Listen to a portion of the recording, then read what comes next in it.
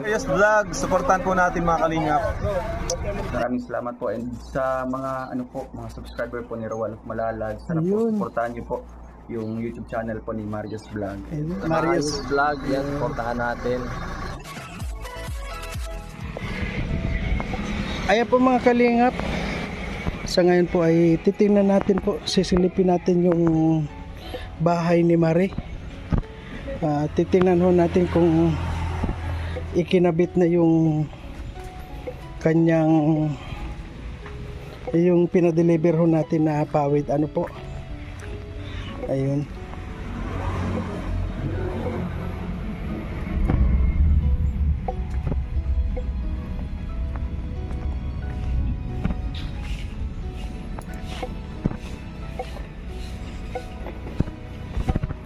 Ayan nga mga kalingap, medyo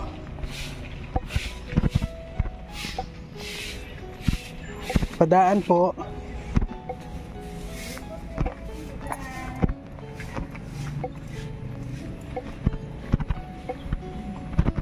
Ayan po mga kalingap, titinan ho natin yung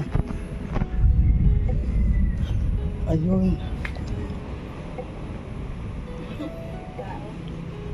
walang tao, wala pa rin dito yung pawid eh.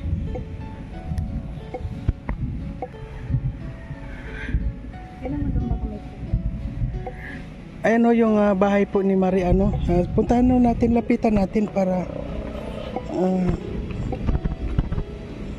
siguro kaya hindi pa nilalagay, wala pa po yung yung gagawa. Ito po ang kanilang bahay, oh. Ayan.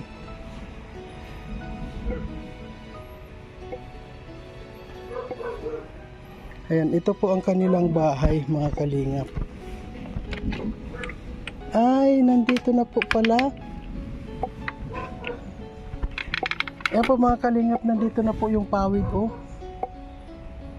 Nandito na, siguro po hinihintay lang na humupa po ang ulan, at sila po wala dito. Nandun na naman po yung sa sinisilungan nilang bahay, kasi po ngayon maulan pa po, Ayan, nandito na po pala yung pawid. Ayun, pinadeliver po natin. At yung mga kalingap po, kung nakikita nyo itong loob ng bahay nila, ayan po, ayan.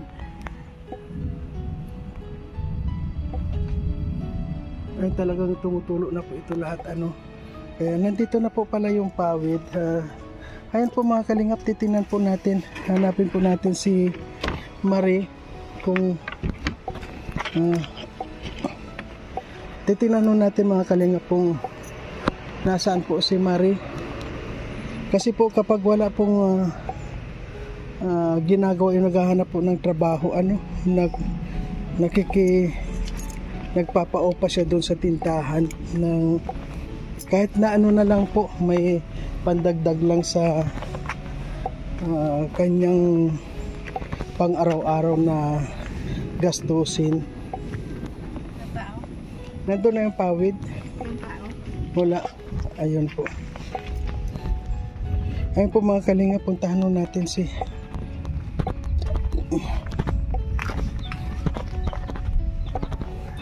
ayan po mga kalingap, puntahan natin kung nasaan man po si Marie. Ayan po, kapag umuulan ho kasi, hindi sila ho nag-i-stay doon kasi nga ho yung umuulan, at may anak po siya na maliit, kaya iniiwan yung anak na maliit, tapos naghahanap buhay ho siya.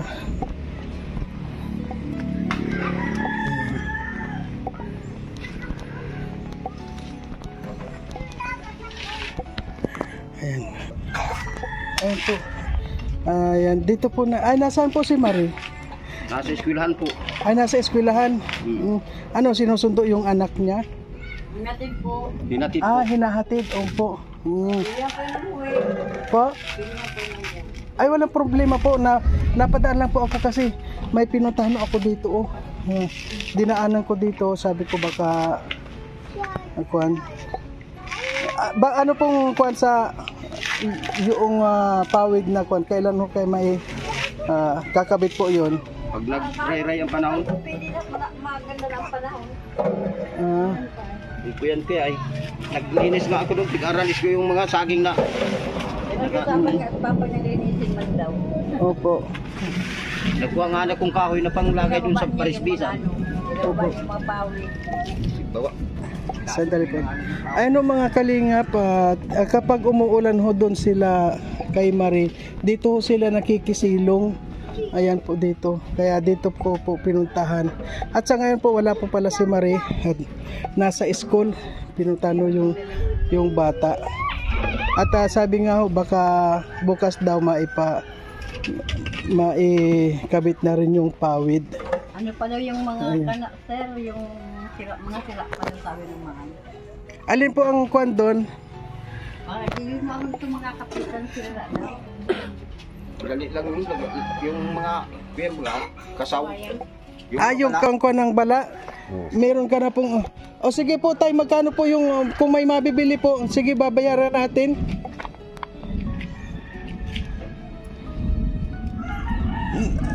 Magkano yung kwan, yung kawayan, nasa magkano yung kawayan, yung bala, ilan po yung magagastos Ano doon? ba lang inaano mo itong pang dinding? Talian. Yung kwan na muna po, yung sa bubong na muna po. Kahoy. Kahoy muna, bago itong kaagad din pala. Ipakita ko kay sir kung ano ito. Yung daanan nila. Na po. Yung binagsakan baga ni saging. Yun, isang piras. Opo. Meron po tayo may pangkabit, may pampalit doon. Meron po, ano ho, yung binibili pa natin o meron tayong makuha na kuhan? May makuha, pero babayadan. Sige po tayo ipakuha mo na lang po at pagbalik ko, ikuha mo na lang ho kung magkano. Ano po? Isang bulo, 100. Isang bulo. Napapag ilan po yung isang bulo na yun? Mga 3 putol. Oo. Na 12. Opo. Ilan po ang kailangan doon? Mga 2 lang. 2 lang. So magkukon pa po tayo ng 2 bulo, 2 po 2 piraso. Yun yung pantali, meron na yung pantali doon Meron na po Sanay. Opo. At saka yun na lang ho. Ano man kaikuha pa? Yung pako. Pako. Pako. Nasa magkano ho yung pako? Ano lang yun. Kalahati lang na didus. Magkano po yung, nasa magkano po yung 40. Kalahati. 40 kalahati. Pwede na po kalahati doon, maliit lang naman yun. So 240. Ano pa po yung yun na lang, may bulo. Ayun po bibigyan na lang po kita tayo ng pambili po para kuan maikabit na yan para naman kuan mo nga ako.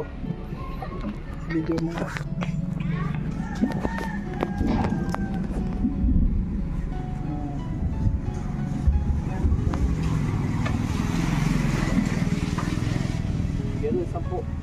Ayun. Pag tinap. Ayan na. Ayan po tayo, sa pagbalik ko po dito ay babayaran ko kayo kung ilan pong araw kayo O sige po. Kanya Dalawa man kaming mag-ama. Ayan po, marami pong salamat dahil Juan. Tulad nga ho nito ngayon maulan pa po kaya hindi natin hindi pa maayos po. Dali lang yung pag Ayan, madali lang yun. Opo. Palitan. O sige po tayo kung ilan pong araw kayo doon o kung ilan po kayo ay pagbalik ko po dito ay babayaran ko po kayo. Tay? Ano pong masasabi ninyo sa ngayon? Ano pong masasabi mo sa kanya sa nagpabigay po ng pawid para kay Marie? Ayan po, marami pong salamat. Ikaw po, Nay, ano po masasabi mo sa Ay, nagpapasalamat po kaming marami at salamat na lang po masyado. Siya po, yan yung anak niya. Nay, bakit po naluha kayo, Nay? Naawa din po ba kayo Naawa po nga ako. sa kalagayan ni... Umbo. Eh kung wala pong natulong ay hindi yan mahayayari. Wala man natulong sa amin. Yun nga ho, di ba na natanong ko yun, sabi niya na yun nga na sobra po yung iyak nun dahil nga sa inyo, naawa din siya sa iyo dahil sa kalagayan niya daw ay talaga hindi niya rin maiwasan na humingi ng tulong sa inyo. Po. Ayun po. Ay hindi naman po namin siya pwedeng pabayaan kasi naawa kami sa kanya at sa kanyang mga anak. At sa ano po ba yung asawa niya? May asawa po ba si Ay Mari? mayroon ano po, pinaghihiwalay kong na nga po yan dyan at nalaman po namin na kasi yung pong asawa niya pumunta dito ay mayroon yung asawa niya. Sabagay po sir, hindi naman sila kasal. Kaya lang po, may anak din siya doon. Kaya sabi ko nga doon sa lalaki, wala na lang niya yung mabuting mangyayari sa kanila dahil may asawa siya. Ay ayaw po, pag minsan napunta po dito, pag walang hinihingan po minsan ng pera, pag walang pera po, binubugbog yata. Saka po kung kahit saan nasundan, binubugbog. Kaya yun po ang ayaw ko nang mag-ano. Kaya po yun ay bihira talagang pumunta dito at galit po yung kapatid ng anak ko. Ayun. Sa kanya. Ay, na yung pong anak niya, sino pong, yung may tatlo po siyang anak, sino po ang mga, ayun, siyempre po kailangan din po natin na maglaman yung yung katotohanan kasi po kapag mayroon pong tumutulong kasi ayaw ng mga tumutulong na may inililihim sa kanila para yung pagtulong ho nila talagang support hope talagang hanggat may ibibigay ho sila, ibibigay po talaga. Ayaw po ng mga viewers na yung mga nagsisinungaling pa. Kailangan po magtapat talaga po At yun nga ho, maganda at nasabi nyo ho na ganun po Ayan. At ayan nga ho mga kalingap, narinig naman ho ninyo yung sinabi po ni nanay tungkol po kay Mari. At sana, alam ko po si Mari ay may mabuting kalooban. Medyo alam nyo naman ho ang panahon ngayon at siguro talagang ganun na lang. At saka po nakikita ko po kay Marina talagang may mabuti po siyang kalooban. Kaya ito po kahit na papaano ay matulungan po natin. At sana po wag tayo magsawa na tumulong sa kanila po At ngayon nga ho aayos na rin ho yung kanyang bahay. Sana po hanggat sa matapos po, sama-sama po tayo na tumulong sa kanya. Ayan po, marami pong salamat. At wag ho natin kalimutang suportahan Kuya Bal Santos Matubang, Ate Edna Vlog at Kalinga Prab. At siyempre po, ang inyong lingkod, Marius Vlog po, na palagi po naghahanap ng mga matutulungan.